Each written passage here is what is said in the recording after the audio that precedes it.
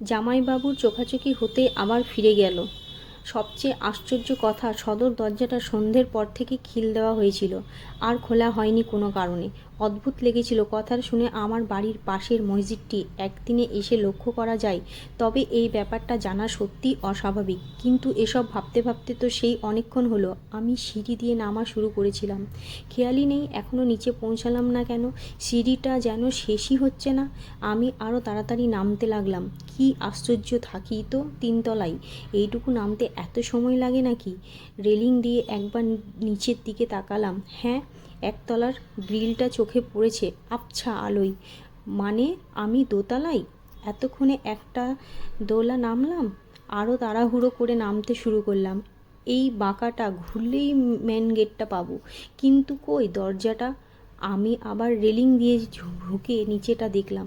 এ কি, আমি তো এখনও দোতলাতেই। এবার কেমন একটা অজানা ভয় আমাকে পেয়ে বসলো। কিছু মাথায় আসছে না, কোনো হিসেব যেন মিলছে না। আমি এবার উপরে উঠতে থাকলাম।